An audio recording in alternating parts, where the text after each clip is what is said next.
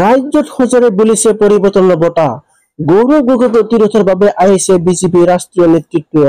ইখনৰ পাছত সিখনকৈ চিন্তন বৈঠক বিজেপি। প্ৰদেশ কংগ্ৰেছৰ সভাপতিৰ দায়িত্বত গৌৰৱ গগৈ অধিষ্ঠিত হোৱাৰ পিছতে দিক বিদেশ হেৰুৱাই পেলাইছে মুখ্যমন্ত্ৰীয়ে। অসমবাসীৰ মন জয় কৰিবলৈ মুখ্যমন্ত্ৰীয়ে চলাই অহা ইটোৰ পিছত সিটো ৰণকৌশল ব্যৰ্থ হৈছে।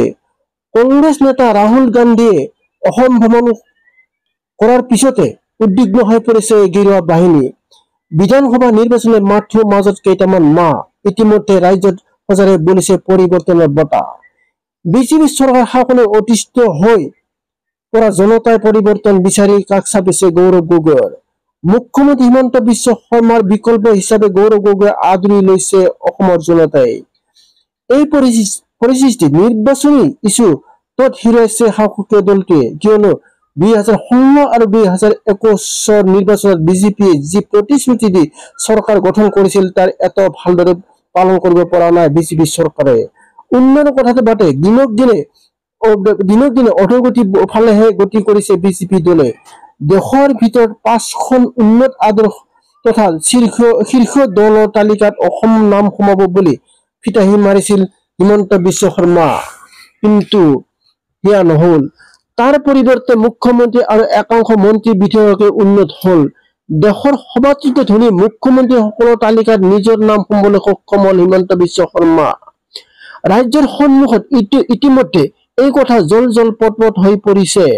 এনে পৰিস্থিতিত ৰাজ্যৰ মন ভুলাবলৈ বিভিন্ন পন্থা অৱলম্বন কৰিছে মুখ্যমন্ত্ৰীয়ে। কংগ্ৰেছৰ সভাপতি গৌৰৱ গগৈ পাকিস্তানী সূজাৰ লগতে সমগ্ৰ কংগ্ৰেছ দলটোকে মিয়া দল বুলি প্ৰচাৰ চলাইছে মুখ্যমন্ত্ৰীয়ে। মুখ্যমন্ত্ৰীয়ে ভাবিছিল যে অসমৰ ৰাইজে তেওঁৰ কথাত বিশ্বাস কৰি গৌৰৱ গগৈ আৰু কংগ্ৰেছ দলক প্ৰত্যাখ্যান কৰিব, কিন্তু সেই আশা এতিয়া নিৰ্বাপিত হল।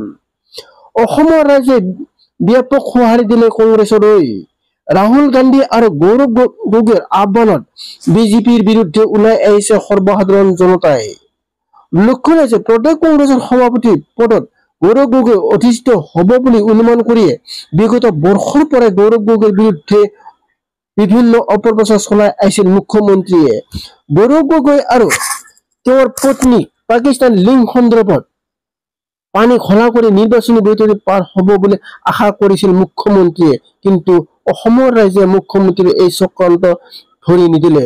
গৌৰৱ গগৈৰ বিৰুদ্ধে মুখ্যমন্ত্ৰীয়ে উত্থাপন কৰা সকলো অভিযোগ ব্যক্তিগত আক্ৰোশৰ পূৰণ বাবেহে কৰা হৈছে বুলি অসমৰ জনতাই ভালকৈ বুজি পালে, যাৰ বাবে গৌৰৱ গগৈ সভাপতি পদ দিয়াৰ লগে লগে ৰাজ্যত সবল ৰূপত আৰম্ভ হয় বিজেপি বিৰোধী ঢৌ।